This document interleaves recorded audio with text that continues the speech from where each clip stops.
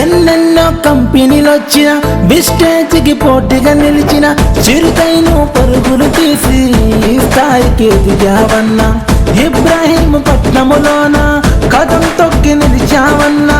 పట్టుదలతో పనులే చేసి బిస్టేజ్ని గెలిచావన్నా. నీ బాటలో మేమే నడిచి నీ అడుగులో అడుగు వేస్తామన్నా. మా ధైర్యం నువ్వే అన్నా, మా స్ఫూర్తివి నువ్వే అన్నా. జయ హో బిస్టేజీ కదిలొచ్చిన సైదులన్నా. జయ హో బిస్టేజీ తల ఎత్తి నువ్వు చూడు. జయ హో బిస్టేజీ కదిలొచ్చిన